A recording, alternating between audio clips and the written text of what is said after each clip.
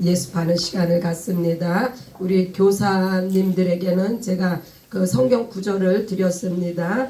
네, 필요한 것들을 메모하시고 성경 공부 시간에 활용하시기 바랍니다. 네, 오늘은 주제가 God's Love입니다. 하나님의 사랑. 하나님의 사랑은 과연 어떠한 사랑인가? 네,에 대해서 우리가 공부합니다. 요한복음 13장 34절에서 35절 네, 말씀 구절 들어가기 전에 네, 제가 간략하게 또 준비된 요약 부분을 또 말씀드립니다. 네, 그래서 하나님의 사랑은 생명입니다.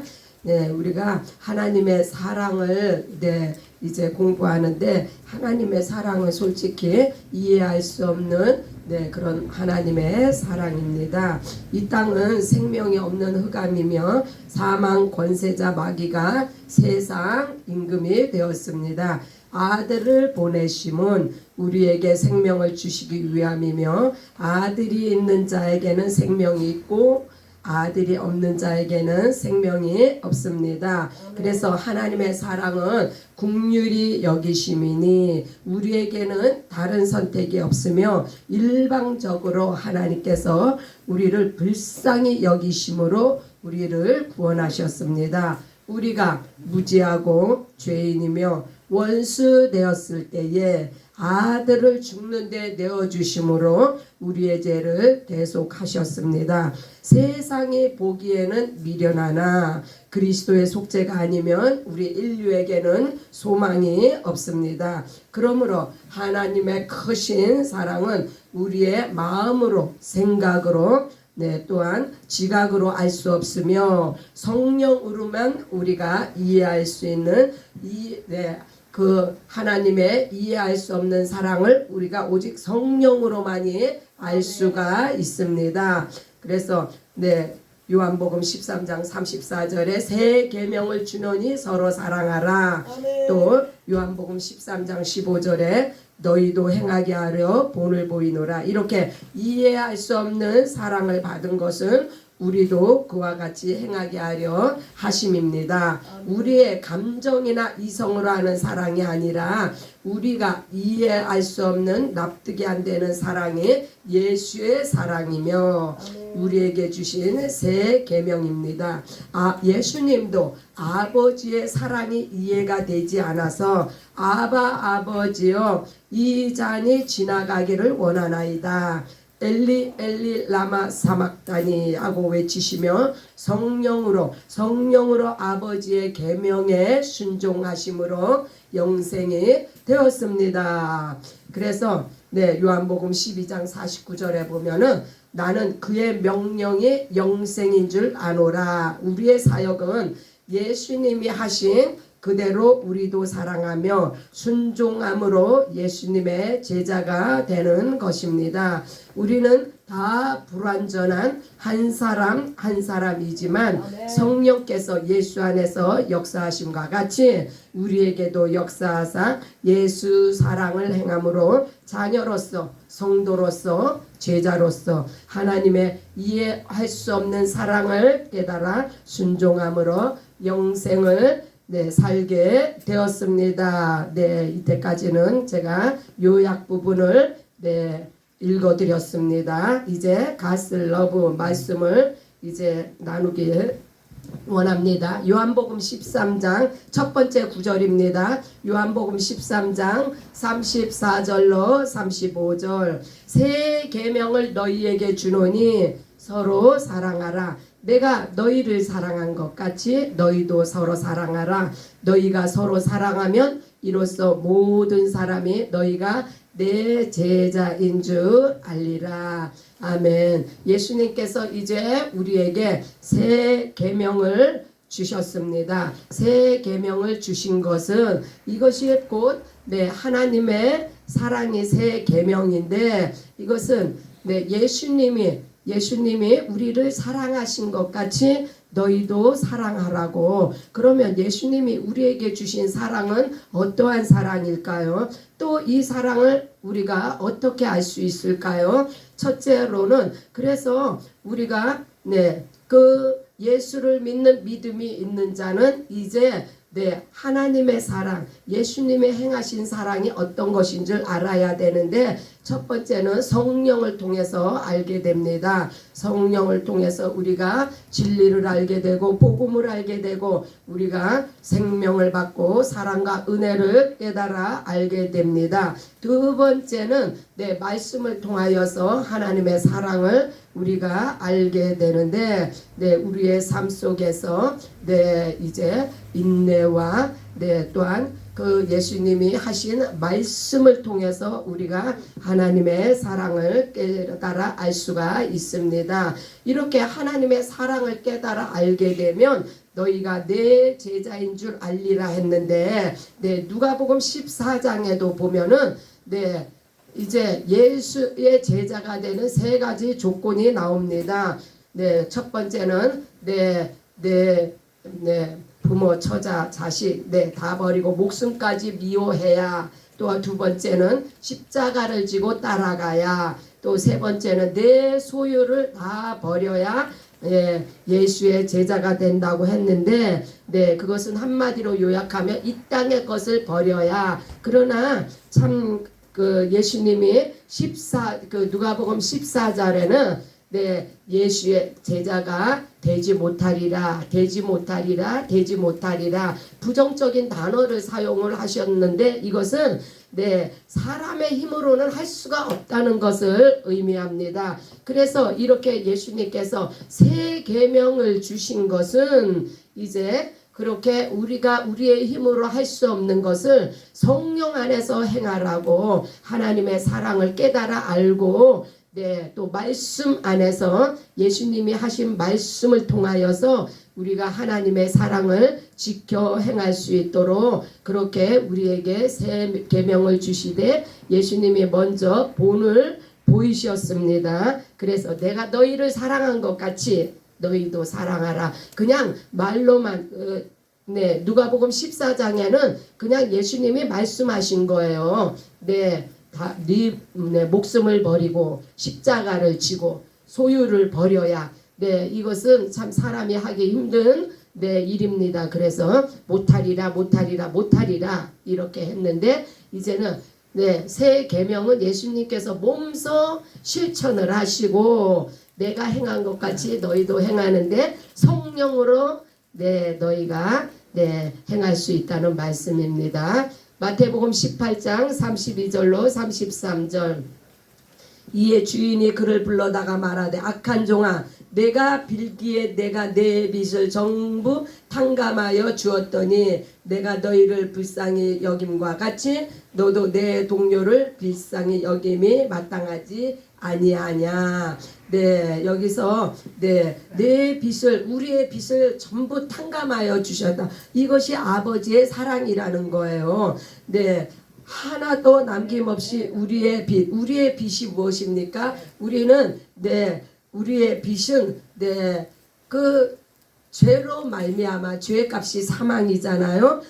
사망 권세에 눌려서 우리가 이제 지옥 형벌을 면치 못하는 그런 빚을 다 갚아주셨다는 말씀이에요. 그래서 내가 너를 불쌍히 여겨서 그렇게 네 빚을 갚아준 것과 같이 내 동료를 불쌍히 여김이 마땅하지 아니하냐. 우리도 그렇게 동료를 불쌍히 여겨야 함을. 이것은 우리가 좀 이해하기 힘든 부분이지만은, 그러나 하나님의 사랑은 불쌍히 여김으로부터 시작이 되었다 하는 것은 우리가 알고 넘어가기를 원합니다.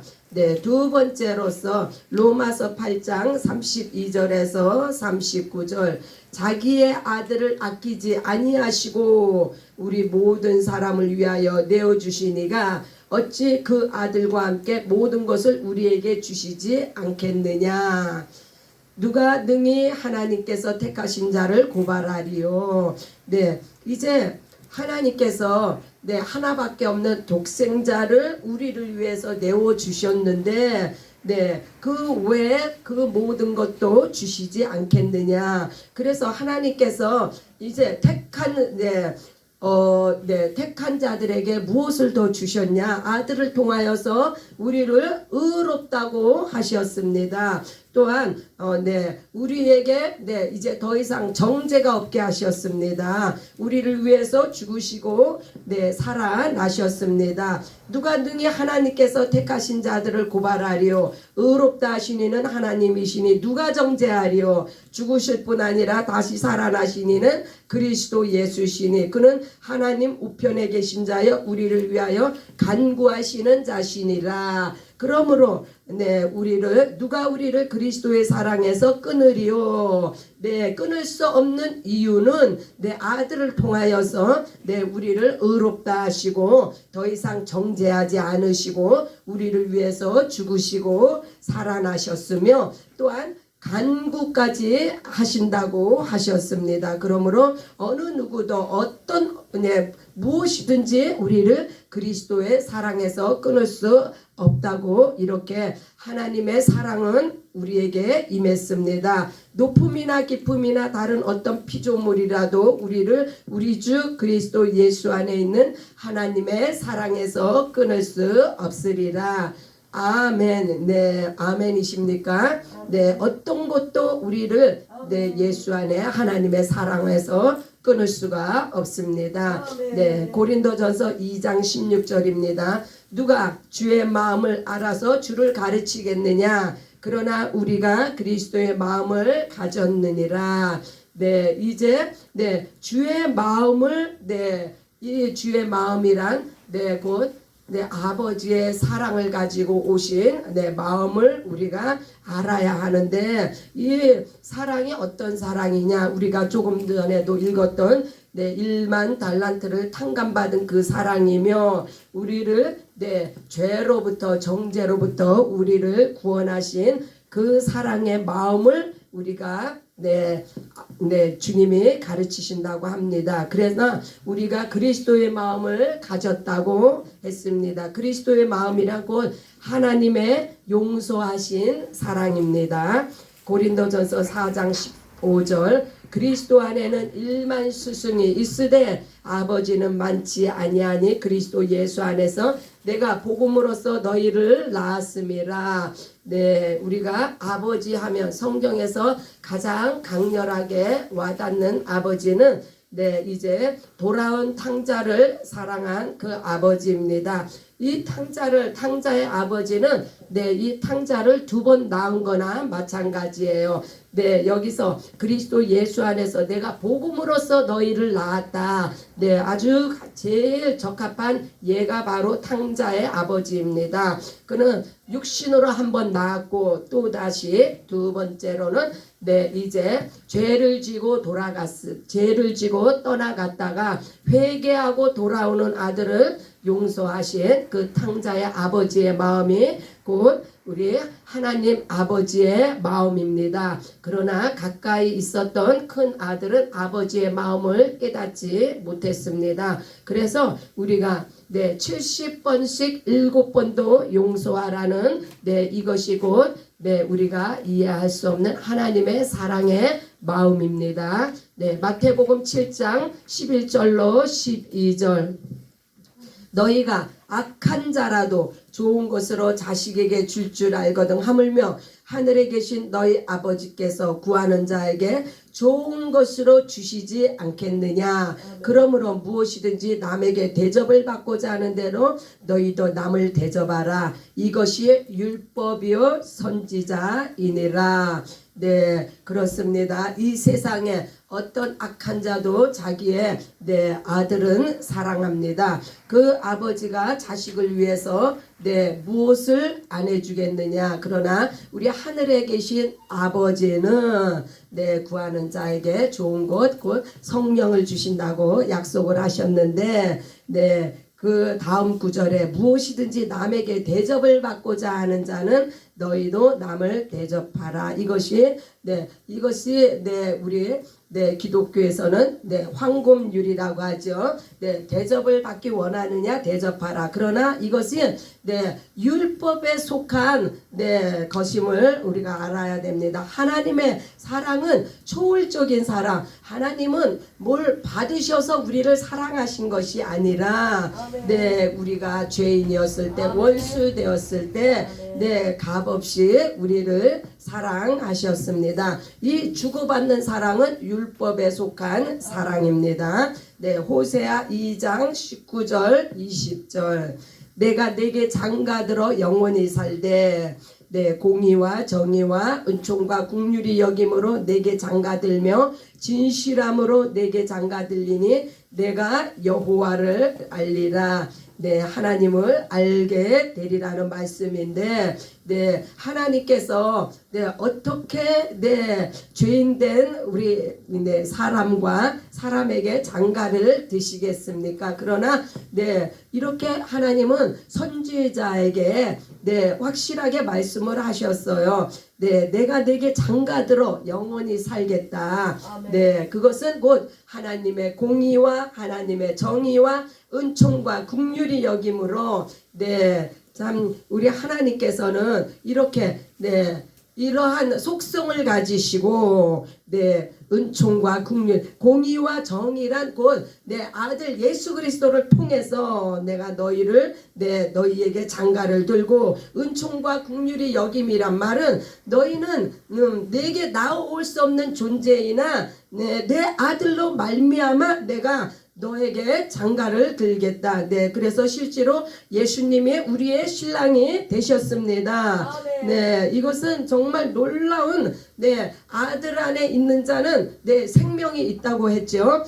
이 놀라운 특권입니다. 그러나 고린도전서 2장 9절에 보면은 귀로도 눈으로도 또한 마음으로도 생각으로도 깨닫지 못하게 한다고 했는데 그것은 예비되지 않은 저들에게는 그 길이 막혔다는 이야기입니다. 그러므로 우리가 예수 안에 거하는 것이 얼마나 중요하며 예수 안에 거할 때 우리가 예수님의 신부, 하나님의 신부가 되었습니다.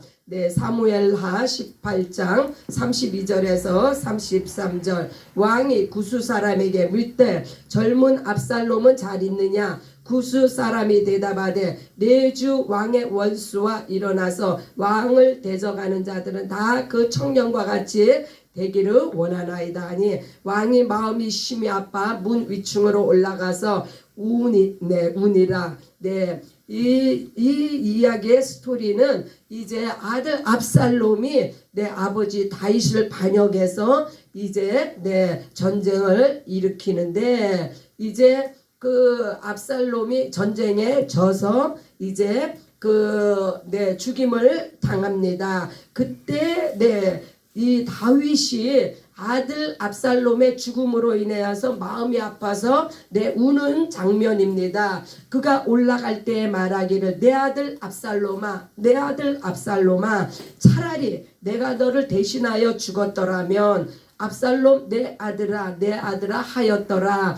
제가 사실 이 성경을 잘 알지 못했을 오래전에 이 구절을 읽고 제가 인간적으로 참 저도 이 구절에 그 마음에 감동이 왔어요. 그 아버지의 마음이 느껴져 가지고 그러나 이 다윗의 너를 대신하여 죽었더라면 하는 이 다윗의 마음은 곧 우리 예수님의 대속의 사랑의 마음입니다. 그래서 이것이 그 다윗이 압살롬을 위해서 이렇게 마음 아파하는 이거 자기를 죽이려고 했던 아들인데 그 아들을 위해서 내가 너를 대신해서 죽었더라면 이것은 곧 예수님께서 십자가에서 이러한 사랑을 이루셨습니다. 사무엘하 23장 14절로 17절. 그때의 다윗은 산성에 있고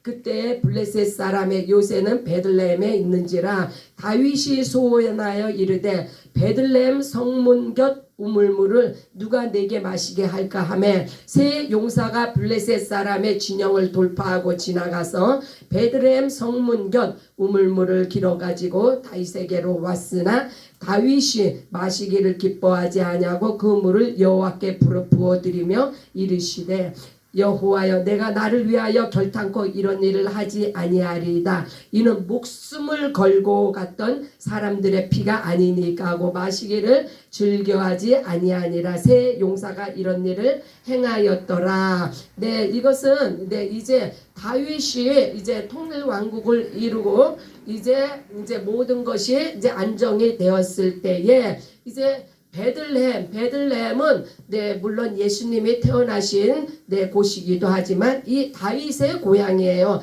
다윗이 태어났던 곳이에요. 그래서 그러나 지금은 이 베들레헴이 적군의 그 손에 있어서 이 갈 수 없는 이 베들레헴을 고향을 사모해서 그곳에 우물물을 마시기를 원하자 다윗의 그 용감한 세 부하가 목숨을 걸고 적진에 가서 이 물을 떠다가 다윗에게 줍니다. 그럴 때 다윗이 마음으로 회개를 합니다. 아멘. 어떻게 내가 내 목숨을 걸고 그 자기의 목숨을 아끼지 아니하고 이렇게 가져온 것을 내가 어찌 마시려 하고 하나님 앞에 이것을 부어드리는데 우리가 정말 이것은 곧 예수의 피를 우리가 마시기에 황공무지로소이다 함과 같은 이 마음을 우리가 느낄 수가 있습니다. 그래서 이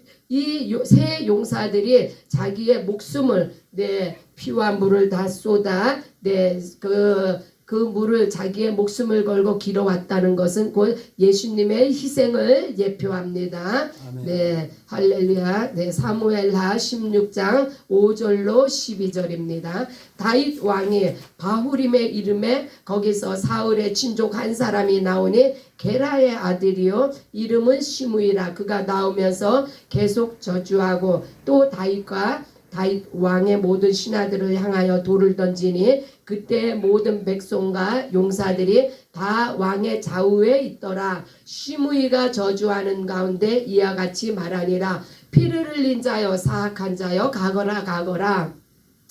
이 장면은 이제 사울 왕 시대 때에 그 사울 왕 그 왕의 시대에 속했던 이 시므이가 이제 다윗이 이제 다윗이 압살롬에게 쫓겨서 이제 도망갈 때에 그 사울의 친족이 나와서 다윗을 저주하는 장면입니다.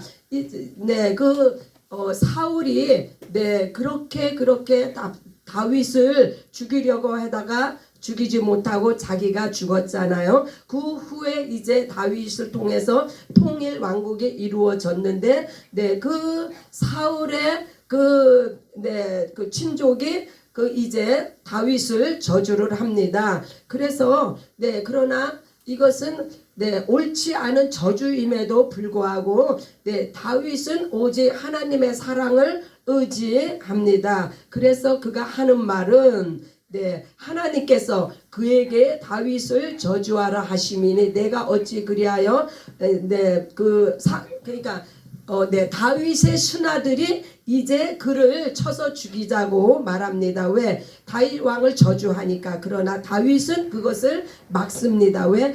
하나님께서 그 사울의 친족을 통해서 나를 저주하라고 한 것이면 어떻게 하겠느냐. 이 다윗은 참으로 영성이 깊은 사람이에요. 그 저주조차도 하나님으로부터 온 것이면 내가 달게 받겠다. 이렇게 말하면서 내 몸에서 난 아들도 내 생명을 해하려 하거든. 하물며 이 베냐민 사람이랴 여호와께서 그에게 명령하신 것이니 그가 저주하게 버려두라. 네, 그래서 혹시 하나님께서 나의 원통함을 감찰하시리니 오늘 그 저주 때문에 여호와께서 선으로 내게 갚아 주시리라. 네, 우리가 여기서 이 장면을 통해서 이제 예수님께서 죄 없이 십자가에 달려 죽는 그 죽음에 순종하시는 모습을 우리가 볼 수 있어야 합니다. 그러나 하나님께서는 예수님을 죽음에 내버려 두지 아니하시고 부활을 예수님이 부활을 하심과 같이 이제 이 다윗이 하나님으로부터 온 그 저주를 내가 하나님의 뜻에 순복하여서 그것을 내가 달게 받으면 하나님께서 나의 이 모습을 보시고 선을 나에게 이 악을 선으로 갚아 주시리라 하는 그 믿음을 보이시는데 우리가 참 여기서도 하나님의 그 사랑을 우리가 볼 수가 있습니다. 예수 그리스도께서 우리의 모든 죄를 위하여서 죽으셨으나 모욕과 저주를 받으셨으나 하나님께서 다시 살리심과 같이 우리의 삶 속에도 이러한 악한 일이 있을 수가 있으나 우리가 하나님을 믿음으로 참고 인내하면 하나님께서 아름다운 선을 이루어 주실 것을 믿는다는 것은 사람에게 포커스를 맞추지 않고 하나님의 그 자비와 긍휼과 사랑을 믿고 의지할 때 하나님의 역사를 사랑을 우리가 맛보게 됩니다. 요한일서 4장 7절로 21절입니다. 사랑하는 자들아 우리가 서로 사랑하자. 사랑은 하나님께 속한 것이니 사랑하는 자마다 하나님으로부터 나서 하나님을 알고 그렇습니다. 사랑은 하나님께 속한 것입니다. 사람은 사랑을 할 수 있는 존재가 아니에요. 사랑은 자기가 좋아하는 것을 믿고 따르지 결코 이 사랑이라는 것은 하나님의 속성이지 이 사람은 행할 수가 없는 것입니다. 그래서 하나님의 사랑이 우리에게 이렇게 나타난 바 되었으니 하나님의 자기의 독생자를 세상에 보내심은 그로 말미암아 우리를 살게 하려 하심이라. 하나님의 사랑은 이렇게 우리를 살게 하시려고 독생자를 보내신 사랑이 하나님의 사랑입니다. 우리가 하나님을 사랑한 것이 아니요 하나님이 우리를 사랑하사 우리 죄를 속하기 위하여 화목제물로 그 아들을 보내셨습니다. 그렇습니다. 그래서 사랑하는 자들아 하나님이 이같이 우리를 사랑하셨은즉 우리도 서로 사랑하는 것이 마땅하니라. 우리가 이렇게 하나님의 사랑을 입었기 때문에 그 하나님의 사랑을 가지고 우리도 서로 사랑하는 것이 마땅하다는 말씀입니다. 누구든지 하나님을 끝절입니다. 누구든지 하나님을 사랑하노라 하고 그 형제를 미워하면 이는 거짓말하는 자니 보는 바 그 형제를 사랑하지 아니하는 자는 보지 못하는 바 하나님을 사랑할 수 없느니라. 우리가 이 계명을 주께 받았나니 하나님을 사랑하는 자는 또한 그 형제를 사랑할지니라. 할렐루야. 그래서 눈에 보이지 아니하는 하나님을 사랑한다고 하면서 눈에 보이는 내 형제를 사랑하지 않으면 그것은 거짓말하는 자라고 말씀합니다. 그래서 우리가 이 세 계명을 받은 자는 하나님을 사랑하며 또한 내 이웃의 형제 자매를 사랑합니다. 하나님께서는 우리를 불쌍해서 우리를 사랑했다는 것을 우리가 잊으면 안 되겠습니다. 에베소서 3장 18절로 19절입니다. 능히 모든 성도와 함께 지식에 넘치는 그리스도의 사랑을 알고 그 너비와 깊이와 높이와 깊이가 어떠한 것을 깨달아 하나님의 모든 충만하신 것으로 너희에게 충만하게 하시기를 구하노라. 이 지식에 넘치는 그리스도의 사랑이란 하나님의 초월적인 사랑을 우리가 어떤 사랑인지 알아야 한다는 말씀인데, 네, 우리가 믿음 안에서, 성령 안에서, 말씀 안에서 이 그리스도의 사랑을 깨달아 알기를 원합니다. 사도행전 7장 54절에서 60절, 그들이 이 말을 듣고 마음에 찔려 그를 향하여 이를 갈거늘 스데반이 성령 충만하여 하늘을 우러러 주목하여 하나님의 영광과 및 예수께서 하나님 우편에 서신 것을 보고, 너무나 유명한 구절이죠. 사도행전 7장 스데반의 전도와 순교의 현장입니다. 그래서 스데반이 이렇게 성령 충만하여 전도하다가 말씀 선포를 하다가 이제 돌에 맞아 순교를 하는데, 이 스데반이 돌에 맞아 죽을 각오를 하고 이렇게 복음을 전한 이것이 곧 하나님의 사랑입니다. 그래서 스데반의 사랑을 통해서 하나님의 사랑을 우리가 깨닫게 됩니다.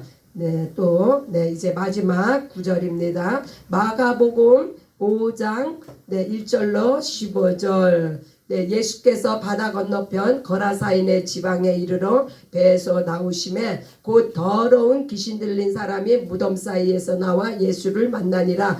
그 사람은 무덤 사이에 거처하는데 이제는 아무도 그를 쇠사슬로 맬 수 없게 되었으니 이는 여러 번 고랑과 쇠사슬에 매었어도 쇠사슬을 끊고 고랑을 깨뜨렸음이로라. 그리하여 아무도 그를 제어할 힘이 없는지라.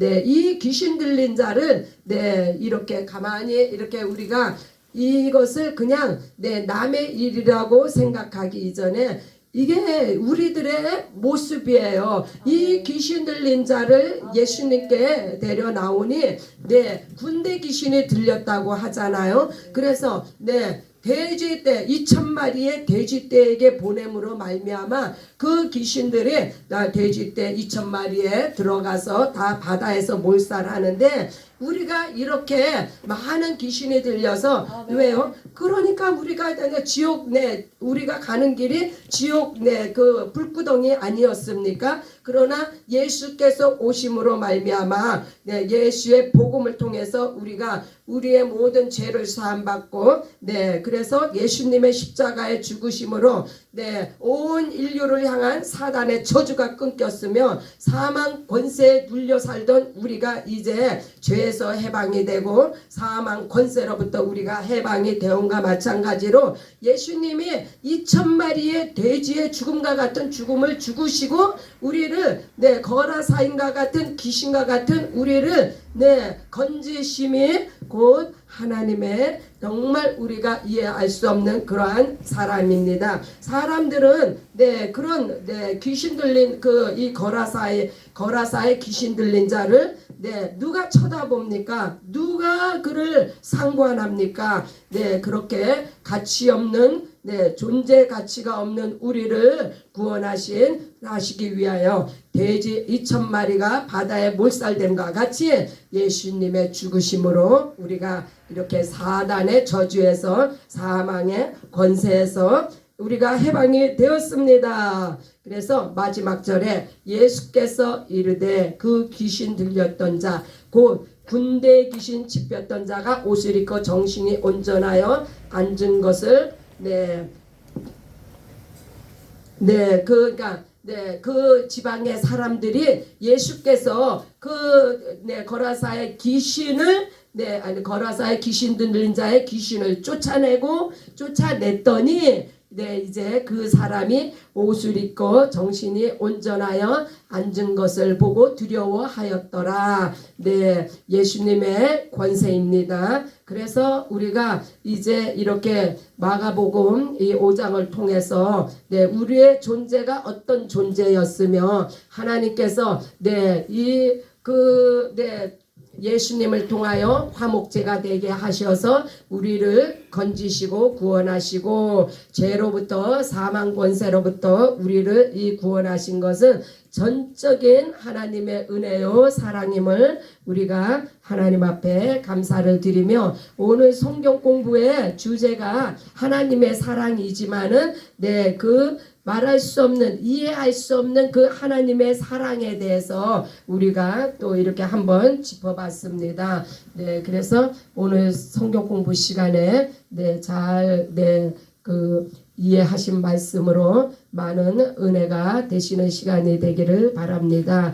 또한 제가 또 설명하는데 좀 부족함이 있었던 부분은 이제 우리 무디 목사님이 나오셔서 다시 한번 우리가 잘 또 깨달아 알 수 있도록 보충 설명을 해 주시기를 바랍니다. 할렐루야. 네.